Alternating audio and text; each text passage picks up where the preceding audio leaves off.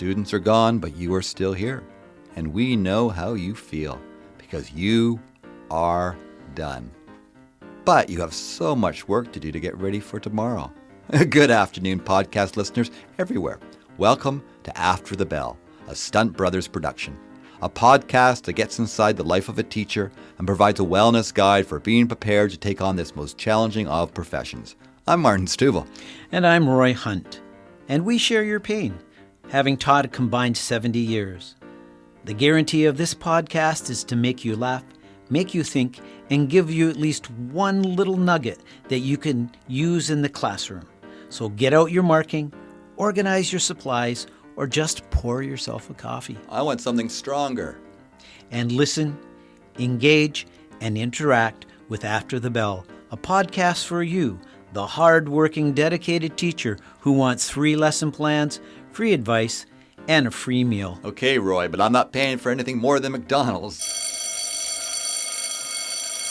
Mr. Hunt, here we are. Here we are. Happy New Year to you. Happy New Year. And we had the funny thing is, today is episode 50, but this is a bit of deja vu. I know, it's like a 50, but now it's 50. Because Stunt Brothers can't count. Yes. And because we missed a few, but when it shows up, this is the one that shows up as episode 50. That's right. But it's actually episode 53. I think so, yeah. I think, yeah. But we'll leave this. We won't bring this topic up anymore because we hit 50, and we're hitting 50 again for the second time. So from now on, it's just what it is. It's a lot of episodes. I will be happy. I remember when I hit 50. Yeah, right. It was actually 50. It wasn't like maybe. Well, I'm older. I do remember one year. I think I put myself older for a year almost, and then I realized, oh no, you're not that age yet. So that was a nice feeling. That's right. So kind of thinking you're 50 before you're 50 isn't such a bad policy. Okay. Because then you go and you think, oh, I'm 51 now. No, actually, you're 50 this year. Oh, or 47. So then I should think I'm like 70? Yeah. And so then you're like, there's days when I feel like 70, but. I'm turning 60 this year, so I'm going to pretend I'm turning 70. Okay. Because I was focusing on going, January came, and I was thinking 60, it's such a nice sounding number. Yeah. 40 is a nice sounding number too. But I got a little down about it. So this is the solution. That's right. I'm going to, until April, when I turn 60, I'm going to think I'm turning 70, and then go, actually, I'm turning 60. Well, and it's interesting, between 60 and 70, that's when your body loses the bulk of its muscle mass and things. So if you're at 70, then you've got nothing to lose. Okay. It's already happened. I didn't have to go through it. You didn't have to go through that. Well, we're back in the box. We were away from the box for the holidays, and we were in Pender last week introducing our episode, and here we are. It kind of feels good. Yes, well, it does. It feels familiar, but it's almost like we took some time off. It's like being retired, but not really retired. Yeah. It's kind of like me, I guess, where I'm retired, but I was in the classroom yesterday. Yeah. So. But you had a good break? It was a good break. Yeah. It was just nice slowing down a bit and just celebrating with the family. I love playing board games. I'm so happy that board games have a bit of a revival going on, yes. right? I think it gives me hope for the future. Wow. There's a place called Strategies in Vancouver that has, if anything you want in board games, that's the place to go. Yeah. And there's some really great board games out there. One of my favorites right now is Wingspan. Yeah, and we tried that out with you. Yes, yes. I'm glad listeners, if you had seen Roy, he did a lot of preparation work to teach us this game because there's a lot to learn. There's a lot of working pieces to it, and it's not like Monopoly where you just step in and say, "Okay, I'll give you your money, you pass go, roll the dice." There's a lot more to it, but it's. I think they call them engine building games, where you just add on and add on and add on. I loved it. And you learn about birds. You do. You learn about Yeah. birds and where they come from and their wingspans, Yeah. because that's the name of the game, and what they eat. And I don't know. It's, I just like in this good AI family world, game. online world, people are turning back to board games. People are buying vinyl. They're going outside doing things. I think there is a bit of a resistance to too much online. And I've actually discovered, because I tend to watch the news a lot, so the algorithms always send me the news, right? And Yes. that could bring you down right Yes, now. it right? can. But a hobby of mine has always been astronomy. So because I've been looking at more of those videos, I'm getting all this just great stuff about space and science and where we are in the universe. But even I did not think of this in this way. You know the odds that we are even here alive? You know what they are? They're 1 in 10 to the power of 2.6 million. That's 1 followed by 2.6 million zeros, my friend. Wow. So we need to every day celebrate Being alive. Like it's incredible, right? Like that. Yes. That I made it. Right? Yeah, exactly. So Yes.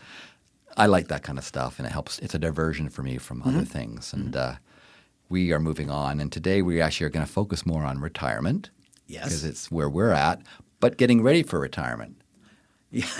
There's a lot to get ready for retirement when you're and it's teaching. and it's getting ready for retirement from the profession of teaching, as we keep saying, not retiring from life, right? Yes. You've got so many pursuits in life that you want to keep working on and doing and finding new things to do. And a lot of people start brand new careers even, Yes. right, when they've left that one profession. But we do have a pension plan that helps us pursue those things, right? That's right. So we're going on a field trip. Oh. Yeah, we're Nice. going to go to someone that really knows her stuff. Okay. She's an icon in North Vancouver, Linda Watson, Oh, yes. I know. right? that. Like Yes. an amazing political activist, president of the union, but also very knowledgeable about the pension. She's a pension advisor. Yeah, is. she knows so much, and she's been part of my life a long time. I started teaching, and she was a big part of the union in North Vancouver, but also just an amazing teacher, an amazing person, and someone that I think no matter where you're at in your career, there's going to be advice in today's episode that's going to help you prepare for retirement. So it can be what you and I are hoping to find, right? And we're seeking that and, realizing, hey, I'm alive. It's 1 in 10 times 2.6 Yes. million. Zeros following that, and I'm pretty happy to be here. That's right. And I'm happy I got a pension to support me along the way. Me too. Yeah. And so let's listen to our conversation and go on a field trip with Linda Watson. I can't wait.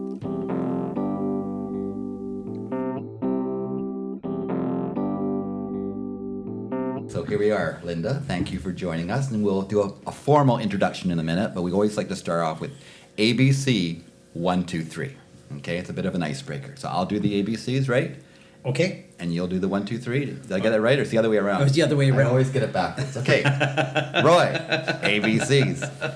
All right. A, defined contribution or defined benefit? Oh, defined benefit for sure. Okay. Yeah. Okay. You know what your pension is before you get there. Yes. Nice. B, passenger or driver? I'm definitely a driver. Oh, yeah. we get a lot of that. Yeah, we do. Have we met anyone who said passenger? No. We don't get around with people like that. C, museum or art gallery? Oh, museum. Yeah. Okay. Put me in a museum. I never go out because I have to read everything. Okay. Yeah? Yeah. Yeah.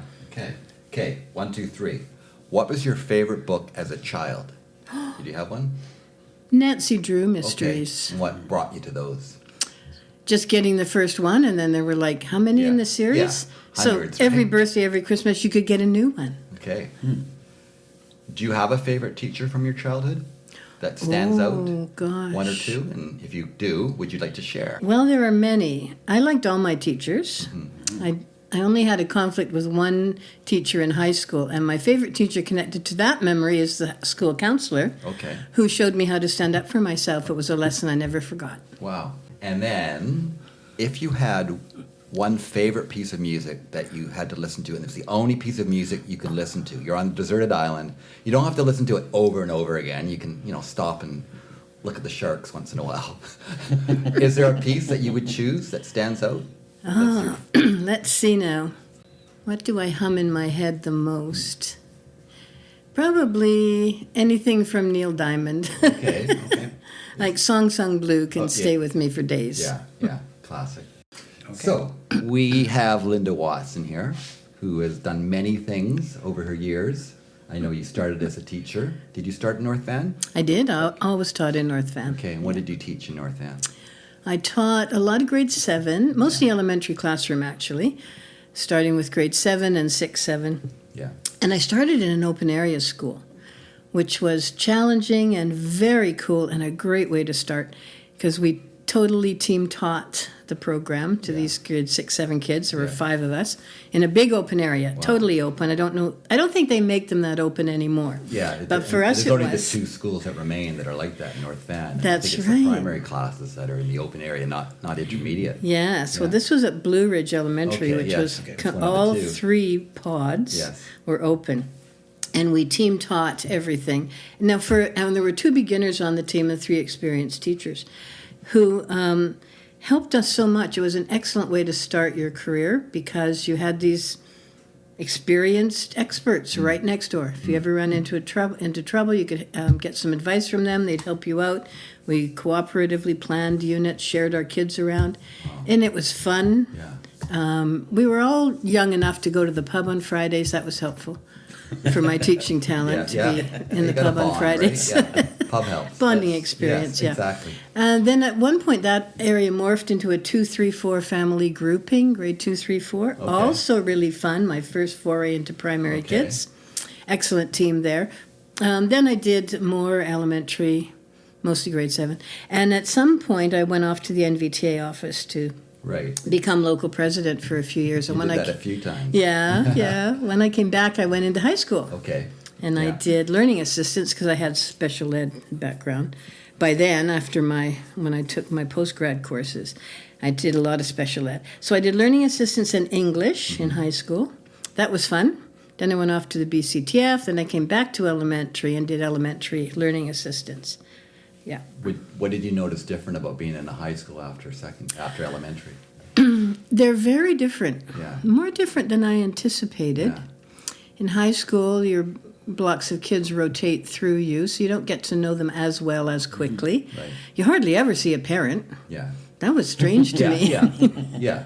It's really quite cool meeting the parents and getting some insight into their kids that way. And it's more of a partnership when you're in elementary with you and the parents helping out the kids.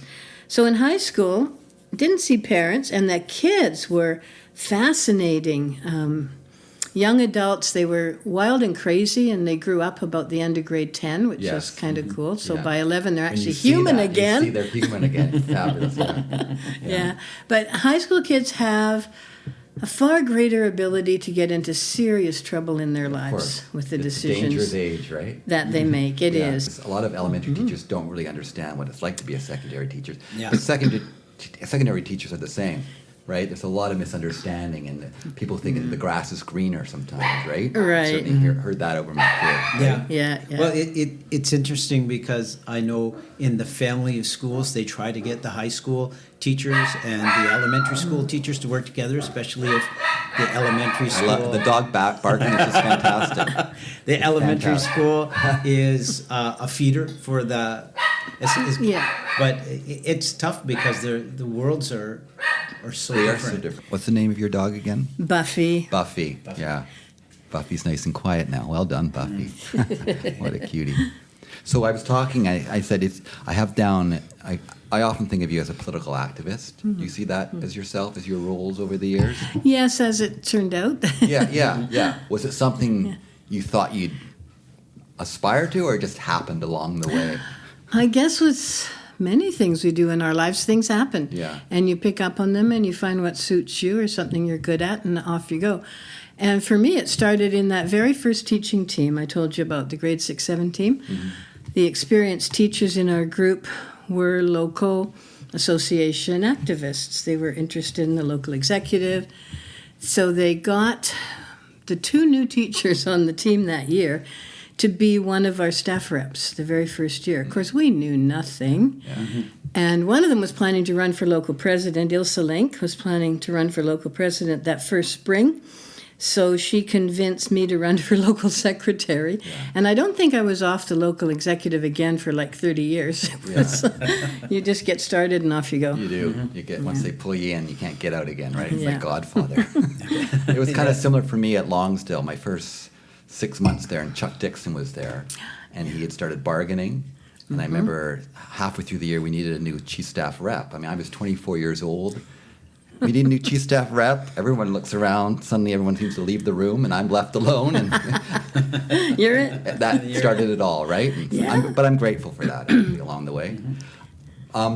So you got involved that way, and then you ended up, I mean, in North Van, the name Linda Watson is iconic. It's an overused word sometimes, but you are an icon, and you know people still. There are people who teach in this district who never even were here when you were here, and they know Linda Watson. Oh, my. You do. You permeate the walls of this district, and it's all good, and it's wonderful to have you here today and talk about. And we're eventually going to get more into your later career was more to do with pensions. There's one story, though. I just want to know, you hear these iconic stories about people, and I have this one story about you, and I want to actually, I've never asked you if this is really true. And it was passed around through the rumor mill, and it goes back to maybe your Blue Ridge days when the principal at the time had it. He wanted you to not wear pants. Jeans, right? And did you show up the next day in a maybe a gown or a wedding dress? Is this true? And if it is true, tell me it's not true. But if it is true, I would love you to share that story. That is a true story. Okay. Oh, my goodness. That was a long time ago. Now, if we go back even further, when we were in high school, when I was in high school, girls couldn't even wear pants to school. You had to wear a dress. And then in the swinging 60s, dress lengths got shorter and shorter, and principals took to measuring how high your dress was above the knee when you kneeled on the floor. I mean, it was all way too much, but things evolve over time. So the red letter day came in high school when girls could wear pants. They could actually wear pants to school, but it had to be a pantsuit. Wow. So a matching jacket with your pants or a matching vest with a tasteful blouse were permitted. Wow. Yeah, so that's where we came from. Anyway, when we started, by the time I started teaching, things were much more free. But somehow women's attire in school was scrutinized more than the men on staff. So one day I had a particularly active day planned with the kids, and I wore jeans. Not a pretty new pair of blue jeans, I must say. And this was an open area where the men commonly came in tracksuits with rips and holes in the knees because they were pretty active fellas. And the principal made remarks about my jeans, that I had worn jeans to school. Maybe I shouldn't do that. And I said, well, you know, it's an art day. We're on the floor doing our giant murals, and we've got PE, so I'm outside doing PE. And it's one of those days, so I wore my jeans. Well, you really shouldn't wear your jeans. So, and I was quite new in the profession then. So I went home, thought this over, and I pulled out my white ruffled eyelet cotton embroidered gown, floor-length gown with the frilly loopy sleeves, and I thought it was quite attractive. It was basically a ball gown. And I wore that to school the next day, and I pinned a sign on my back that said, "No PE today." Wow. So I wore this all day. And I walked past the principal as often as I could during the day. He said nothing. Yeah. At the end of the school day, we ran into each other, and he said, "Linda, I know when I've been had." And then he walked on. Oh, wow. So he didn't complain about my jeans after that. No. And I did wear them again, of course. Where did that boldness come from within you?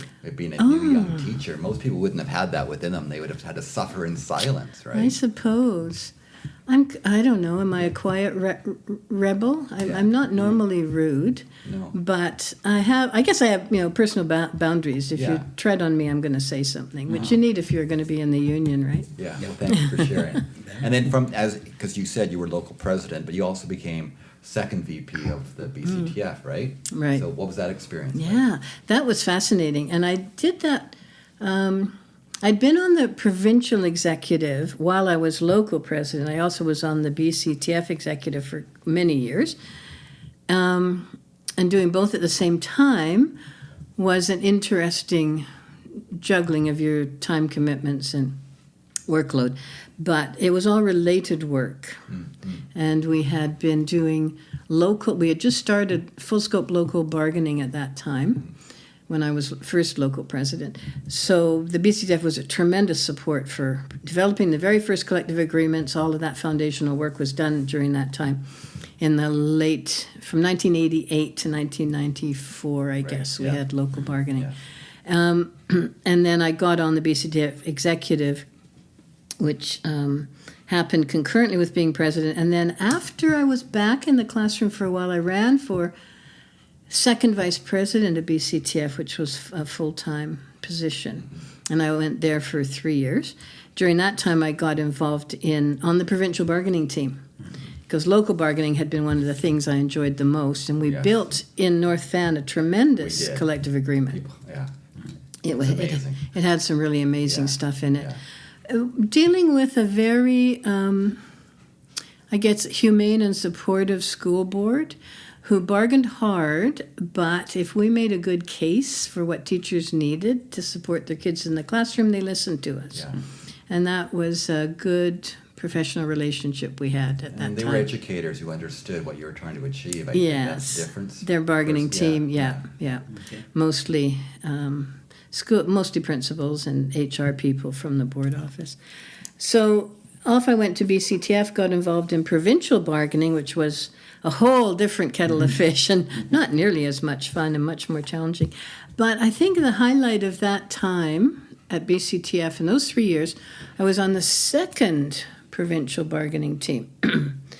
The first team had a difficult time making headway with the collective agreement, and the second team we also had difficulty, but by then the NDP government had some goals of its own for teacher bargaining from a public policy perspective.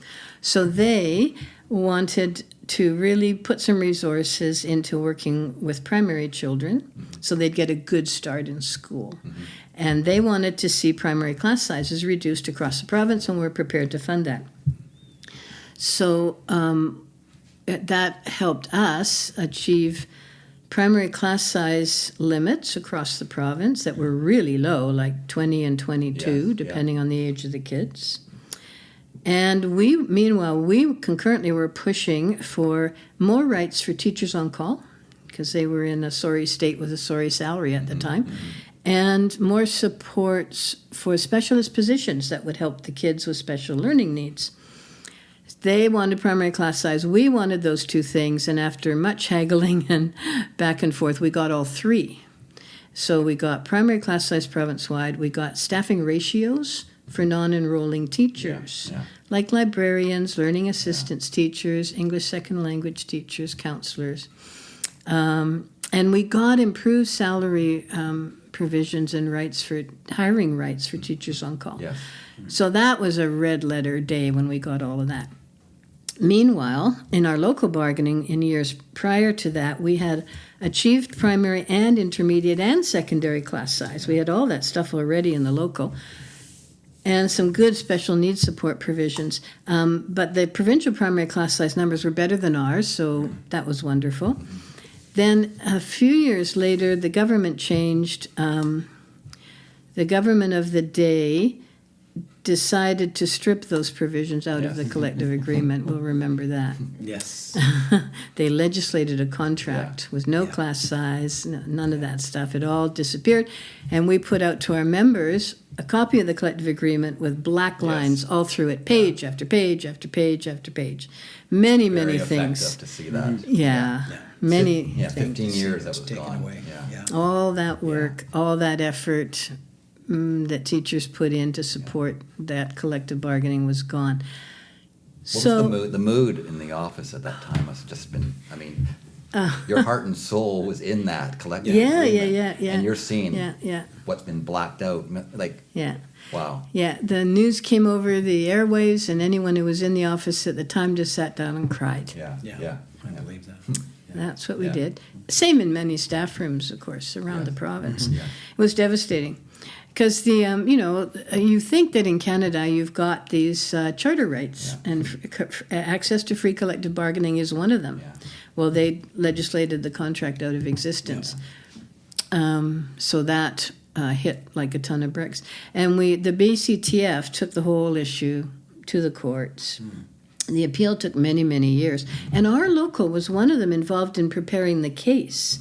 So they sent Brian Porter, BCTF staffer, to our local, who went through our archives with us. And we sat down and went through all the things that had been stripped out of North Van and the history behind bargaining, and all of that went into the Supreme Court submission, along with many other locals that had been chosen because of certain parts of their collective agreements that really stood out. In the end, the case went all the way to the Supreme Court of Canada, and we won. 2016. Yeah, Back, we right? won. Yeah. Everything came back. Yeah. So now we reprinted the collective agreement with all the language back in again. Yeah, and it was amazing. But there were some details to work out between the BCTF and BCPC, the provincial bargaining agent for the school boards, about how to implement things. And we lost some ground there. I'm still not happy with how it ended up, because the really firm class size limits weren't there. Now there's all kinds of compensation and loopholes It's not what it was. that don't make us happy. No. But we did regain a lot of ground, and it was quite a victory that we celebrated at the time. It was I always go back to that November 2016 because it was a crazy 3 days, because the first thing that happened, Trump got elected. Yeah. The next day, Leonard Cohen died. So, I mean, I was so depressed and sad. Yes. The third day, the Supreme Court gave our language back. So there you go. And as Leonard Cohen always said, there's a crack in everything. That's how the light gets in, and it kind of fit that we got that. And it shows you just can't give up, right? No. You can't give up, and you can't have yourself in this doom state all the time, right? No. Even now in this world, right? You can't go, oh, it's hopeless. No, it's not. No. Yeah. That's right. But- and anytime, and we're lucky, so lucky to live in Canada and in BC, where everyone knows what the laws are transparent, and they're enforceable. You can take a case and expect to win. It doesn't take time, but you will, Though I worry now with the notwithstanding clause being thrown around so much. Yeah. By provincial governments, right? In Alberta, it's just out of control there now. Yeah. And then, Roy, I will let you jump in a minute. All right. Yeah. I just want to know how the final kind of act of your career where you got into pensions, and what brought that about, where you became a vice chair of the pension board, correct? And chair. And chair as well, yes. So that's, a huge impact that you getting involved in that has had on members. So tell us about that part. Well, that's kind of a family story, really.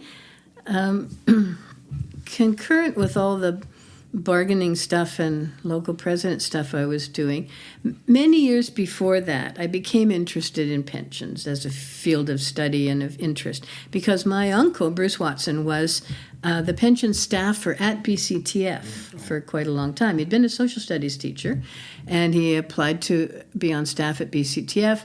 He did general local support, but then began to specialize in doing pension work there.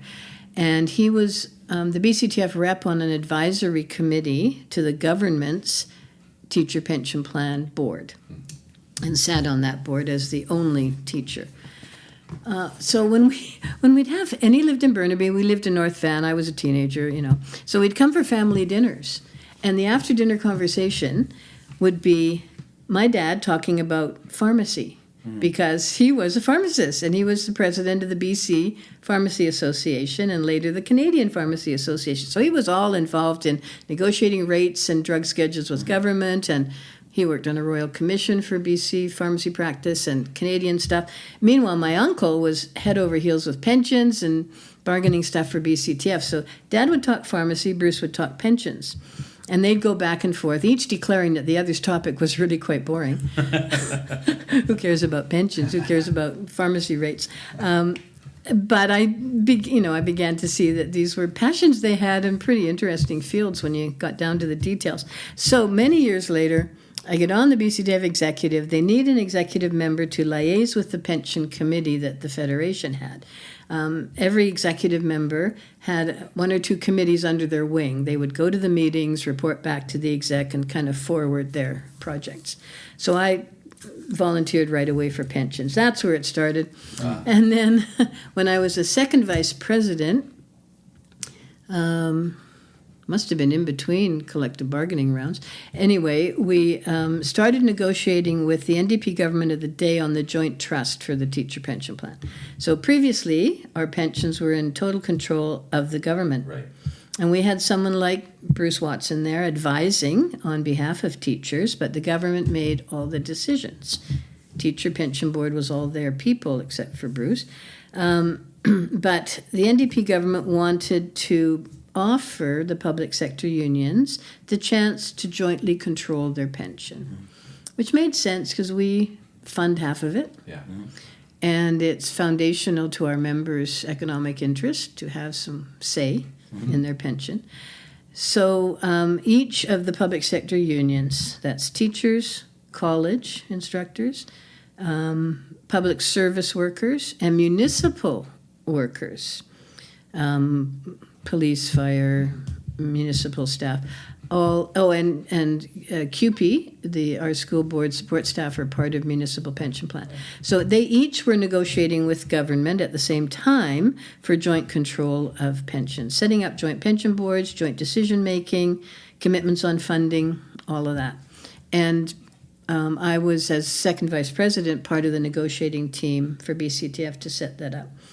And it called for joint pension boards to be set up where we would name, the members of the plan would name 5 people, and government would name 5 people, and they'd have equal votes. Well, this was revolutionary. This was our dream come true. We'd had joint control of pensions in the BCTF policy book for like 60 years, 50 years, and had been slowly working toward it, planting the seed in government's mind and so on. And there we had achieved it, and I was one of the 5 trustees named to represent plan members. And Uncle Bruce, the pension staffer whose dining room conversation started all of that years before, was named as the retired members rep to that same pension board. So that's where it came from. All right. Well, because we're talking about retirement, how has retirement been for you? Retirement is fabulous. You two know that. Yes, we do. It's all it's cracked up to be. It really is. It is. It's a suitable and much loved reward at the end of a long teaching career. It's fun. You get the gift of time. You get the gift of time. Yeah. And everyone I talk to who's retired says, I don't know how I ever worked. I've got so much to do, and now I have time to get it done. And the bonus is every month someone deposits money into my bank account. It's coming without fail. Yes. I don't have to do anything. It just appears. All year round. Yes. Yeah. 12 times a year. Yes. Absolutely. And even, I mean, it's not guaranteed, but these little cost of living bonuses that appear. Wow. Yeah. Didn't have to fight for that or go on strike for that. There it is. Yeah. We did pay for that. Our BC Teachers Pension Plan is arguably the best in Canada for teachers because we have a really good pension formula. That's how much credit you get for each year you work. Plus, we have the best cost of living protection in the country for teachers. It's not guaranteed. If there's a special part of the fund that's reserved for cost of living, and if it really went down, bad investments over many years or something, and it couldn't afford full COLAs one year, then you wouldn't get full protection. But that hasn't happened yet. Wow. It's been full protection every year, and nobody else in Canada can say that. Even when they have lots of money in their inflation fund, they have limits in how much can go. So maybe they're going to get full Canadian COLA minus 1% or full COLA up to a certain limit. That's quite common in other provinces. So even Ontario doesn't have that. Yes. You hear so much about the wealth of the Ontario Teachers Fund. It's a powerhouse fund because of their numbers. Yes. But even they don't have full protection on all dollars of their pension.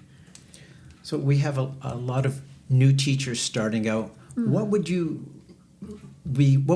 recommendation be for them in looking at retirement? Because retirement seems to be so far away, but what would be something that would stand out for you just to give them a nugget of information? Yes, I think young teachers don't think about their pension every day, and I don't expect them to. I certainly didn't when I started out. No, it was very far away. Every May or June, we get that little blue and white members' benefit statement in our mailboxes at school that tells us about our pension plan. Of course, in the early years, I'd look at that, and my retirement year was like in the year 2000s, and this was only 1974. I started in 1990, and it said, 2024 or whatever. That's like a science fiction movie. That's like after Halley's Comet was coming back. Who knew if you'd even be here? So it didn't register much with me. Of course, as you get older, it's going to matter more and more. And I actually saw a comment from a retired teacher recently who said, when I was a young teacher, I thought, boy, those contributions are way too high. That's too big a deduction. Mm-hmm. But now that I'm retired and drawing my cost of living protected pension, it was worth it. Yeah. So I think teachers will find that. And the more you teach, the more you realize the value that it's going to have for you over time. In these days of teacher shortages, we're crying for teachers on call. We're crying for new teachers to come into the profession. Having this really solid pension plan is a great retention tool for school districts. Yeah. So government should be supporting good public sector pensions to keep talented people in the field long term. Because don't you find people who don't have a pension plan, who may make much more than teachers do, because they're young, they don't put it aside, actually, right? They don't. And sometimes I get this jealousy from those friends that have been in that world. Oh, you got your teacher's pension, aren't you lucky? Well, they could have put it aside. Yes. They made more money than I did, but they did not. So it kind of, even when you're not thinking about it and you're 25, 26, you know that the pension plan is thinking about it. Yes. Yeah, that's true. I think, for our qualifications, our salaries are not high. Yeah. But we have a couple of things that many other people envy, which is, for the most part, job security with fair provisions in case you run into trouble in your practice. And we have this pension plan. So, we are trading those off on the immediate dollars today. And, as you get on and head for your retirement, you find that trade-off's worthwhile, even if you wonder when you're younger. So what's the ideal time to start preparing for retirement? Almost any time. I think, knowing more about your pension is good any time, because some of those decisions you make when you're young will impact your pension later. A prime example is taking a mat leave. 2/3 of actually 3/4 of our profession on the new entry data are now women. Yes. It's 75-25-ish in the pension plan. So most of our members are women. Many of them will take maternity leaves during their teaching career. And the best thing you can do is take your mat leave, enjoy it, get your sub-plan on top of that, and purchase your pension service for the time that you're off on mat leave or childcare leave. But for mat leave in particular, there's a rule in the plan that the employer has to contribute their share of your pension premiums. You contribute your share, they have to contribute their share, if it's a mat leave or a compassionate care leave. If you're not returning to work after your mat leave and you're taking a child care leave, school board doesn't have to contribute anymore, but you can purchase that leave too. You just have to pay double premiums, theirs and yours. But financially, it always pays to buy your mat leave because the school board's going to pay for half of it. Okay. And I talked to some teachers now who are close to retirement, and they're saying, I had 3 kids, and at the time I didn't have the money, I didn't buy the mat leave. If you need to borrow the money or take it out of your RRSP and transfer it right over, do it, because you get double the bang for your buck. Yeah. So you start planning early, including in those early years, on things like buying your mat leave, taking another leave of absence. Maybe you want to purchase that one too, although it's more expensive. And start planning well before you have to retire. I actually got an email from a teacher the other day, and this was end of November, I guess, and she said, I'm planning to retire in January. What should I do? Okay, where do I start? So that's a crash course in your pension planning. Yeah, well ahead of time. You should be looking at your anticipated retirement income. That's your teacher pension. And there's some decisions there about, do you take a joint life, how much, single life, guarantee period. There's lots to know about that, so it's not a simple decision. No. What's your Canada pension income going to be? As you get closer to age 60, the CPP information you get starts to tell you how much they predict your CPP will be. And to get that, you should register with My Service Canada account online. Yes. Go to the Service Canada website, set up your My Service Canada account. That's homework number one. Okay.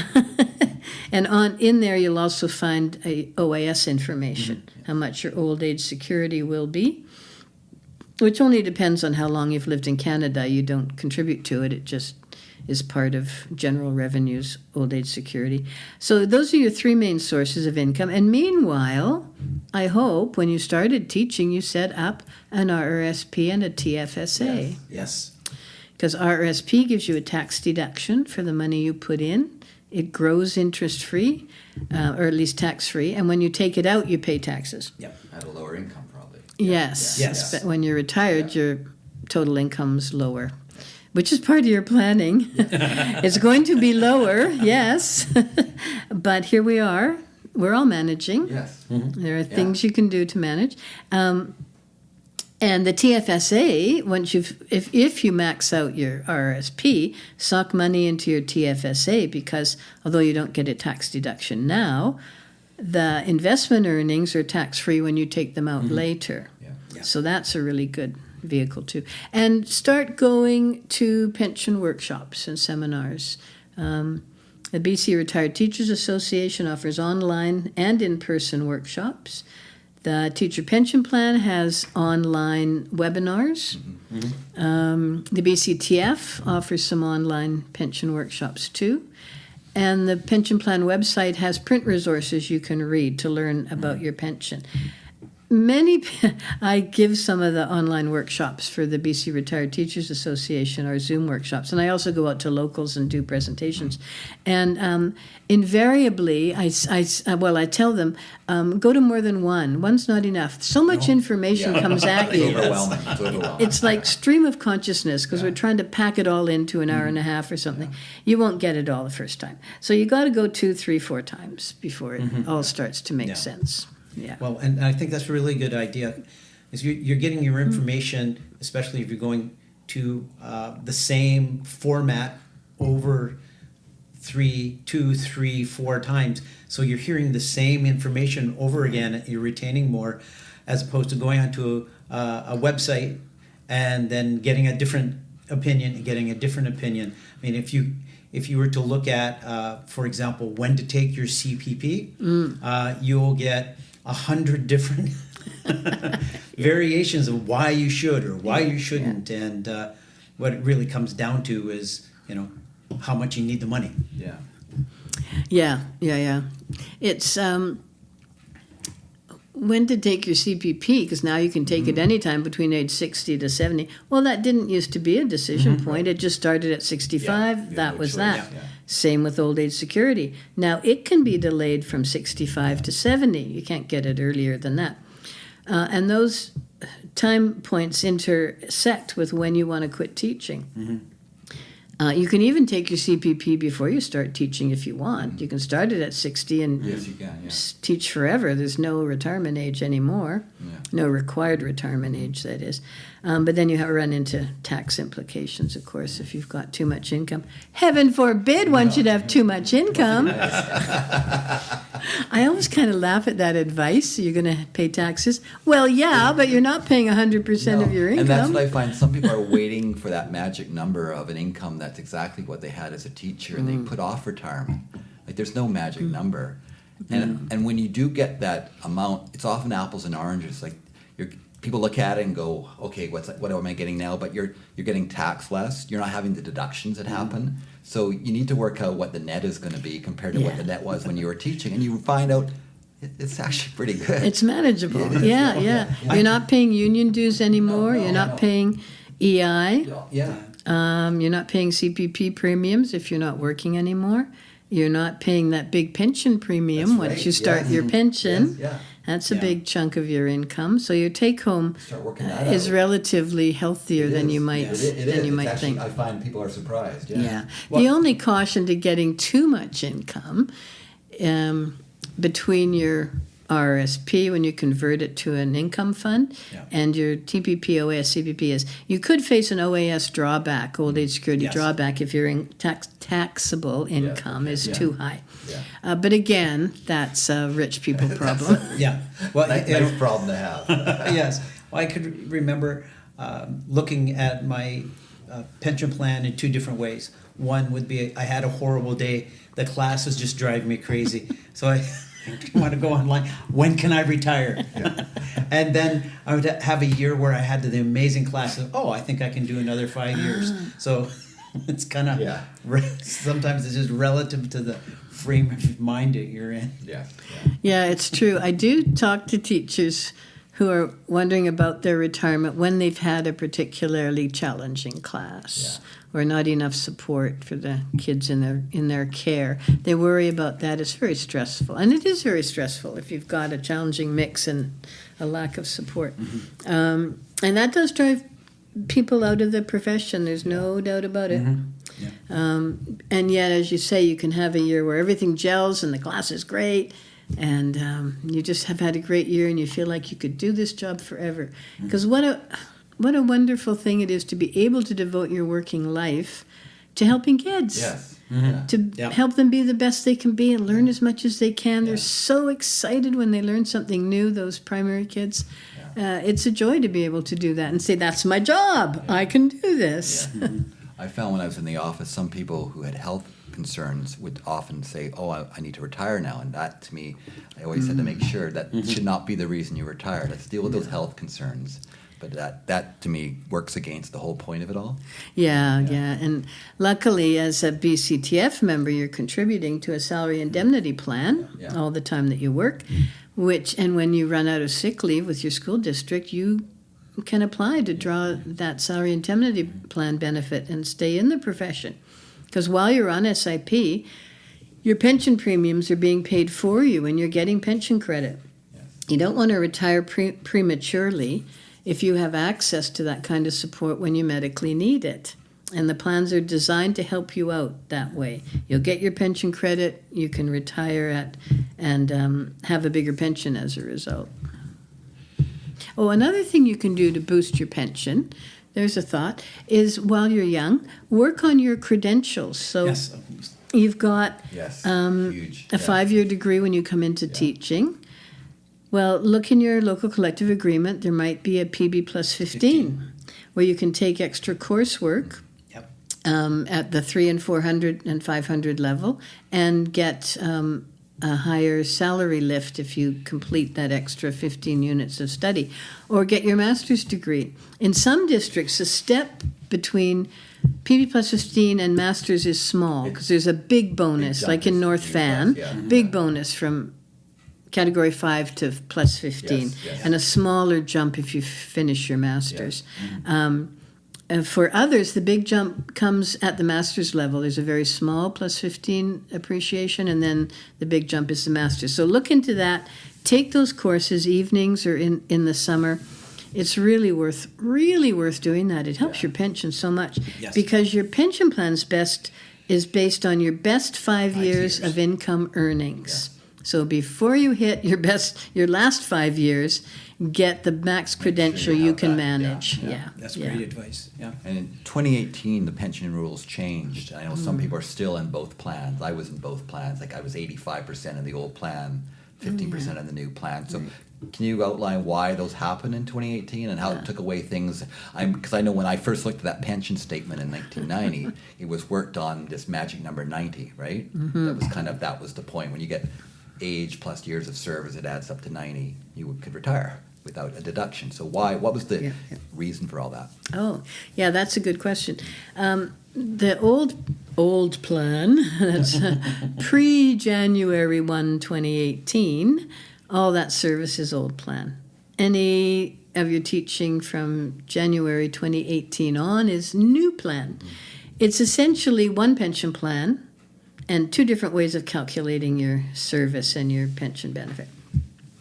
The old plan was integrated with Canada Pension. So when the teacher pension plan started on this defined benefit formula it has now, when the Canada Pension Plan came in, they wanted to make sure that teachers didn't pay too much in premiums.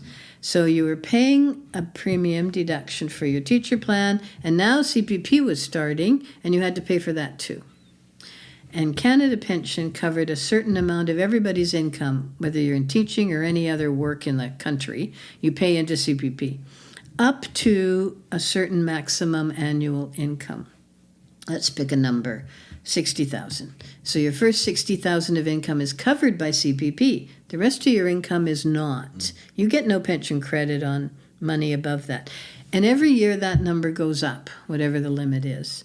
So the Teacher Pension Board decided to reduce the premium paid into the teacher plan up to that salary amount, 60,000, say. They reduced it. And you paid a higher premium on your earnings above 60,000. This is just a sample number. Yes. So you paid more into the teacher plan.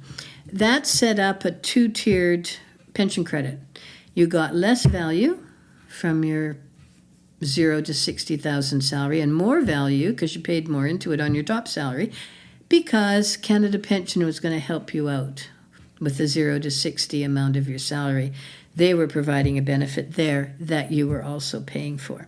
So that kind of evened out how much teachers paid on the whole of their salary. And if you're a teacher, it's still true today, you will notice your contribution to Canada Pension deduction disappears off your paycheck by end of June, early September. Because you've topped out on how much of your salary CPP will cover. You're not paying premiums anymore.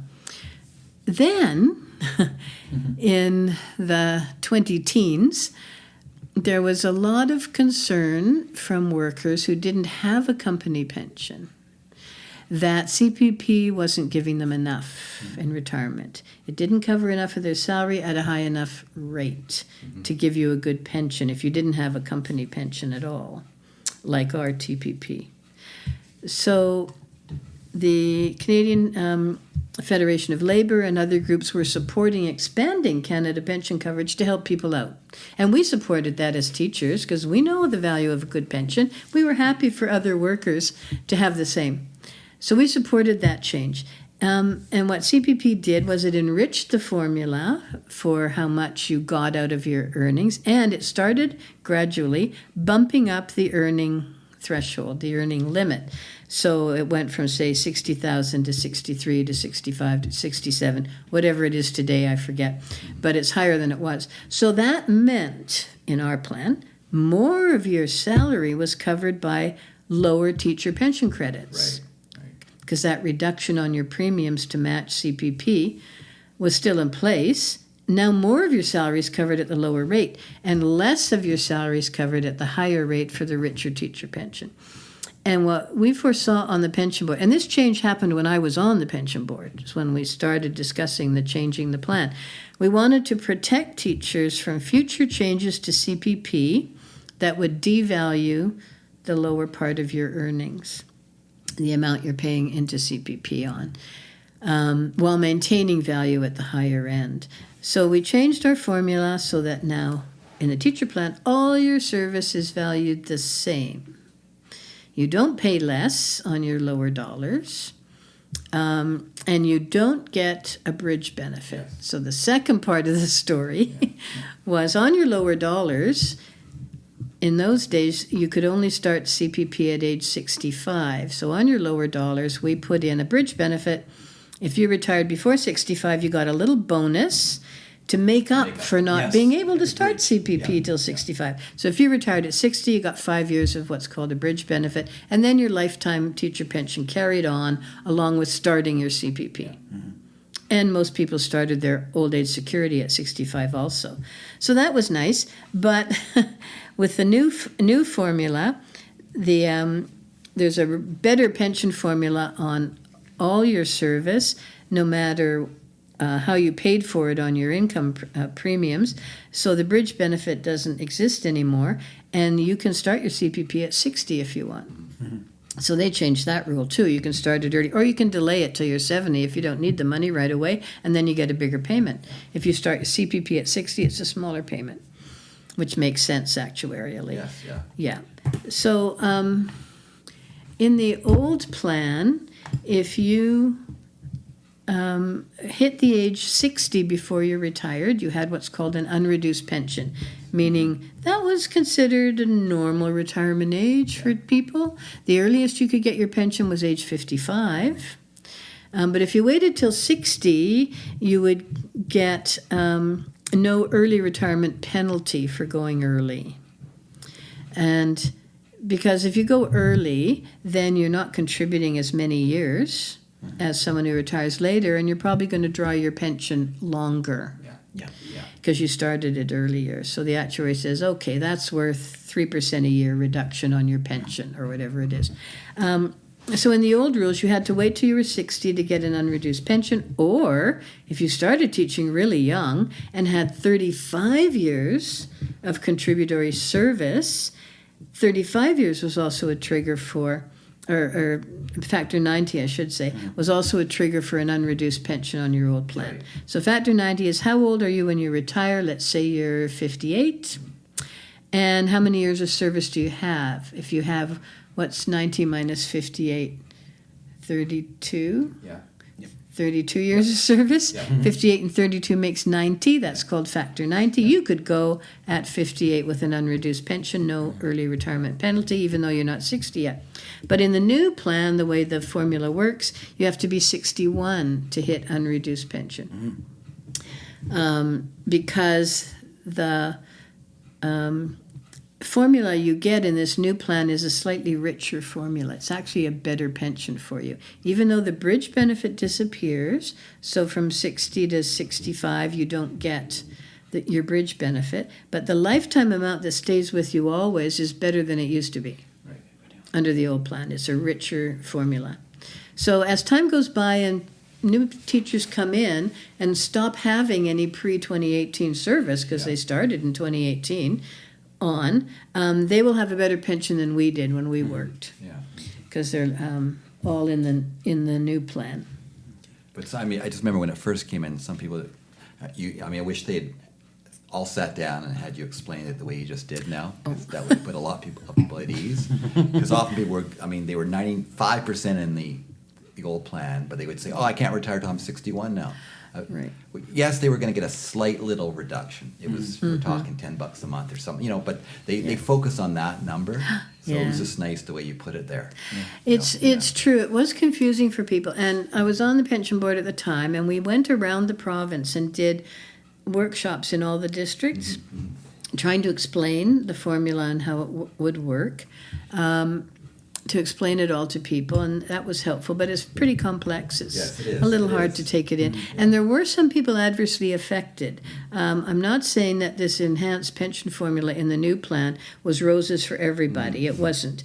Another thing we were trying to correct in the plan was that the old formula advantaged some plan members over others. This new formula is much more even-handed, because if you had enough service to retire early, before age 60, you got a bridge benefit for a really long time. And the rate and people who, as time went on, years went on, people were starting to start teaching later. Yes. You could no longer get in with a 3-year training or a 4-year degree. You needed 5. You needed maybe some post-grad work.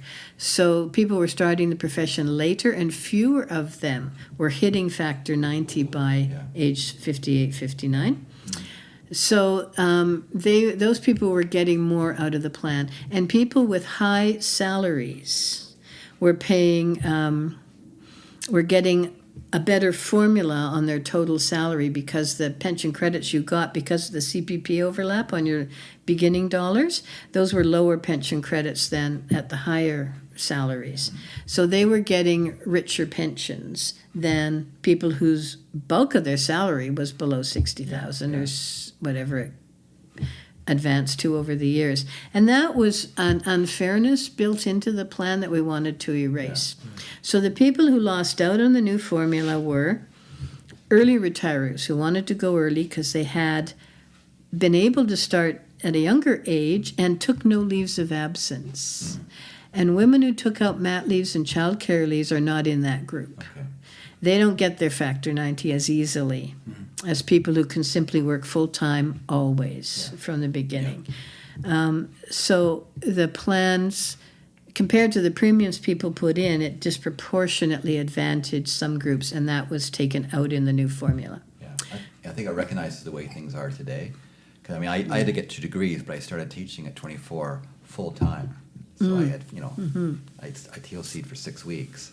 So I got, it was a lot easier for me to get to 90 than most people would. And especially now, I think most people, I'd say they're 29, 30, 31 before they're getting their full-time careers. People are starting later, they're taking longer. I mean, there's certainly the jobs, they're getting full-time jobs, but they're in their early 30s before they're actually starting to pay that professional salary. Yeah, it's true. And I think it's a societal evolution. Not everyone decides on their profession right away. University is not for everybody. No.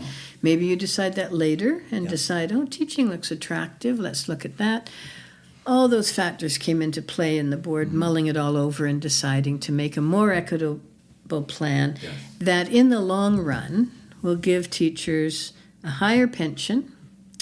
And when you combine that with their CPP and their OAS, they're going to be much closer to the take-home they earned as a teacher than we were when we retired.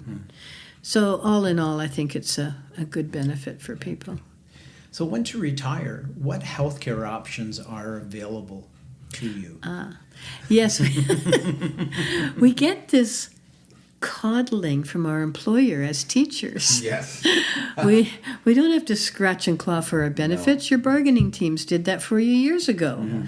We've had, in most school districts, fully paid medical services premiums when they used to charge premiums. Now the provincial government doesn't charge medical premiums.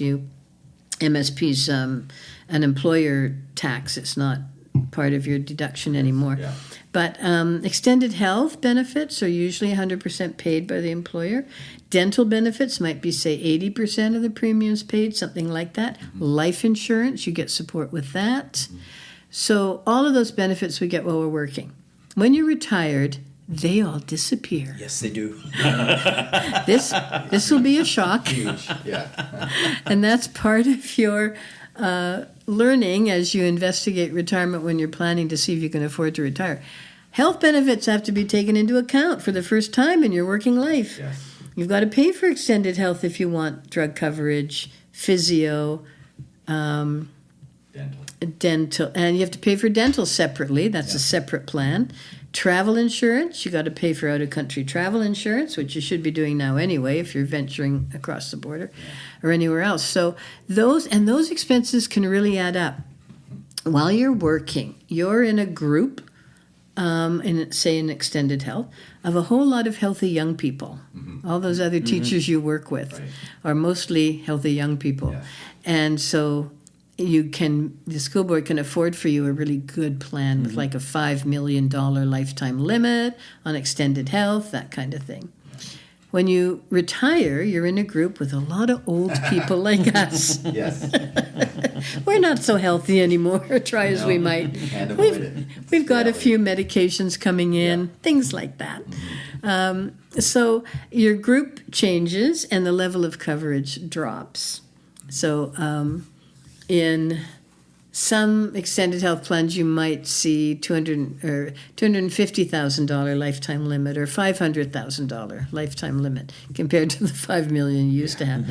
So get used to it. Of course, one good thing is if you're in one extended health benefit plan, and I'll talk in a minute about what's out there, and if you top out on it, if you happen to be in a lot of expensive biological medications or something, biologics, and you top out, then you can switch plans. You can join one of the other options available to you. They're happy to let you in, and you can start over. As long as you don't have a 60-day gap in coverage, you got to be watchful for that. So after you retire, when you're retiring, you find out from your school board, how long does my coverage last? Yeah. And for most of people, it's Pacific Blue Cross doing their coverage in BC. How long does my coverage last? For most school districts, it's going to be you're covered to the end of July if you retire in June, or the end of August. A few districts like North Van will cover you to the end of September, the end of the next teaching month after retirement. So if you go in December, you're only covered to the end of January. So check that out, and you want your new coverage to start on that date. So you have to decide, do I still want extended health or not? Do I want to take on a dental plan or just self-insure for that? Yeah. I certainly need a travel plan if I'm going to travel in retirement, because that's one reason you retire. You want to go traveling at non-peak times. And the premiums can be surprisingly expensive, and if it's a travel plan, the older you get, the more it costs you to travel. That's for sure. So you can look at getting individual trip coverage. When you buy an airline ticket, they'll offer to sell you cancellation insurance. If you buy a cruise, they're going to offer to sell you insurance for your cruise, travel medical. Or you can join a group plan.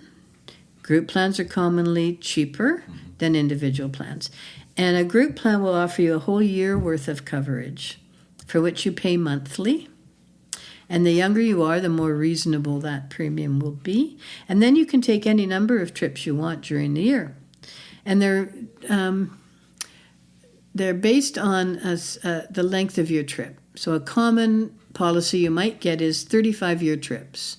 You can take any number of 35-day trips, sorry. 35 years. 35 years. I love it. Cruise ship for life. Now that's a retirement. Yes.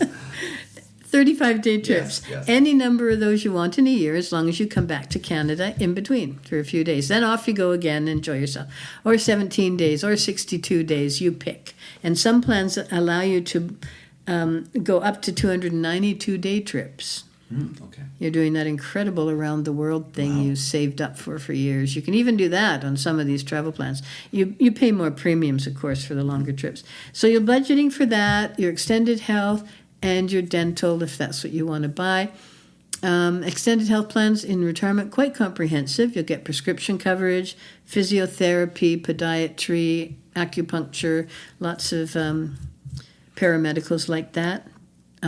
Eyeglasses, hearing aids, diabetic test strips, crutches when you need them, nursing care. If you need post-hospital nursing care, all kinds of things are covered. Limits on the categories, of course, within those plans, but they're pretty comprehensive. And you just have to budget for the premiums. And if you take everything, extended health, dental, travel, it's thousands of dollars a year. It is. It just is. Yep. That's what your employer's paying for now. But you're going to have to budget that in your retirement. Yes, Yeah. that's true. What recommendations would you make to teachers who have retired but have gone back into the classroom as a retired TTOC? Some of them working full time. Yes. Why? Why? Some are. They retired, started TTOC. Yeah. The classroom teacher, the LEC teacher, whoever, didn't come back, and now they're posting the job and they offer it to you. Yeah. Yes. As a TTOC, you have some hiring rights, so you can take that job, and now you're doing your pension and your teacher salary. Yeah. And I know people who are quite enjoying doing that. So if that's your cup of tea, why not? Yeah. Of course. You know, sock that extra money into a TFSA or something for Yes. yourself. Yeah. But one thing I caution teachers I talk to who are planning their retirement is you are enthusiastic now to get on the TOC list, and the school board will let you on or not. Most districts you have to apply for the TTOC list. They really need TTOCs. You're likely to get accepted. If you do, I'm suggesting you not count on that income as part of your retirement planning. think of it as a bonus. Yes. It's going to fund the big round-the-world trip you want to take. But if you count on it as your basic income in retirement, once you no longer want to do that or are able to do that, that income's gone. So make sure you can afford to retire based on your pension, OAS, CPP, your RIF drawdown, and your TFSA. TTOC income, think of it as your fund money and your bonus money. Because I think people enjoy the freedom of it because you can turn a job down when they call you, or you can go in if you want. You can specify in many districts which school you're willing to work at. So you might want to go to the school you just left, where you know the kids, they know you. That's a big help when you're a TTOC. And for a while, you really love it, but you're not going to want to do it forever. As you get older, it's harder. If you go to many different schools, you may find, oh, that's not quite my cup of tea. It's not what I signed up for. Yeah. Those are wise words, because I do know people that have kind of adjusted their lifestyle to their pension and their TOC income. Yeah. And then they, like you just said, they go, I don't want to do this anymore. But they've suddenly, maybe they've taken on a mortgage, or they've done something that expanded in their life. And that's, they go, oh. Oh. Yeah. That's raises another consideration for your planning ahead of time, ahead of your retirement. When do you know you're ready to retire? So I always think there's at least two facets to that. One is I'm psychologically ready. I'm done with this style of teaching for now. I'm it's constant, relentless work. You're never. It's the noise outside. I think most people say, I love the kids. I love this so much. It's everything else. It's all the on rest. their plate. It's all the other And they things. go, I don't want that anymore. Yeah. It's a pretty all-consuming profession. You're never away from it until maybe July, partway into July. But it's always with you otherwise. I mean, Yes. you can't go to the dollar store without thinking, You're thinking geez, about that's it. good for that art project. Or, look at that maple leaf on the ground. I can press those for Mother's Day cards for the kids to make. I can clip this article, and because I'm going to use that in my history class. It's always, well, nowadays it's I'm going to mark that website because that's where I can go for my history info. That was after my time. But yeah, it's always with you all the time, and the worry and so on. But the rewards are, as we know, so many. So before you retire, you want to think about, am I psychologically ready? I'm ready to leave the profession, that constant contact with colleagues, and I have plans to replace those social interactions with other things in my life that I don't have time to do now. And the second facet is, can I financially afford to retire? So that's when you got to sit down and do an expenses spreadsheet. And if you look on the BC Retired Teachers Association website, bcrta.ca, you'll find a page about planning resources for retirement. You can get to it by registering for one of our workshops. They'll send you the link to get this page, which is full of retirement planning resources. And one of them is an expenses tracking sheet, which is simple to fill out, but it's quite comprehensive. It tracks all kinds of categories of expenditures in your daily life, where you can write down what you're actually spending now on all sorts of things, from food to gas for your car to house insurance to gifts, all kinds of stuff's in there, and then estimate what you'll spend in retirement. And there's another sheet that lets you compare your take-home pay, working and retirement. So that's the kind of work you got to do before you answer that second question. Can I financially afford to retire? Your take-home pay, as we talked earlier, will have fewer deductions, so it's going to be closer to what you were now, but it's definitely going to be less, no question about it. Add in your CPP and your OAS and your RIF withdrawal. That helps to even things out for you for your take-home. And anticipate some major expenses you want to get out of the way before you stop working. Does your house need a new roof? Well, get that done before you retire. Do you need a new car that's going to stay with you for 10, 20 years into retirement? Do that first. Are the kids out of the basement? Are they finished with college fees? Try to account for all of those things before you say, okay, now I'm ready. Now I'm ready to pull the plug. Yeah. Well, I think that's a great place to end it. Those Yes. words of wisdom, Linda. And for those that don't know you who are listening, I think you've all realized just what a wealth of information you are. And we so appreciate you taking the time to come and talk to us on After the Bell. It's been our pleasure. Yes, thank you. And I'm, as a retired teacher, I'm inspired for someone who's had a lot of experience being retired. And so I can't wait till I get to that total sense of calm that you have. I'm not there yet. No. Thank you, Linda. Thank you very much. I enjoyed it.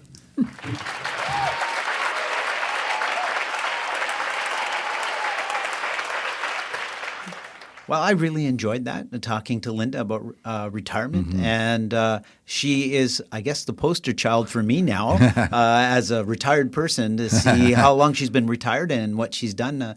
I bow down to her, see how she enjoys being retired and how calm she is about the whole thing. And Well, she's calm because she's done so much work her whole life preparing for it. She's so knowledgeable that she's worked it out. But it's kind of like when you want to paint your house or you want to do some work in your house and you go to someone else's house and you do the work for them and then you go, oh, I know what I'm going to do differently. So maybe after she's advised all those people about retirement, and she says, and now that I know how to retire because I saw all the mistakes I made beforehand. Exactly. I don't believe that. Not at all. But it was a great conversation, and really enjoyed having her on for Season 2, Episode 10. Yes. Yeah. So there you go. Thanks, listeners, for joining us on After the Bell, and we'll talk to you next time. Bye-bye. This podcast is organic, taking shape with each episode. Building resiliency for teachers everywhere. That sounds great. And our website is stuntbrothers.ca. That's stuntbrothers.ca. We will chat again. After the bell.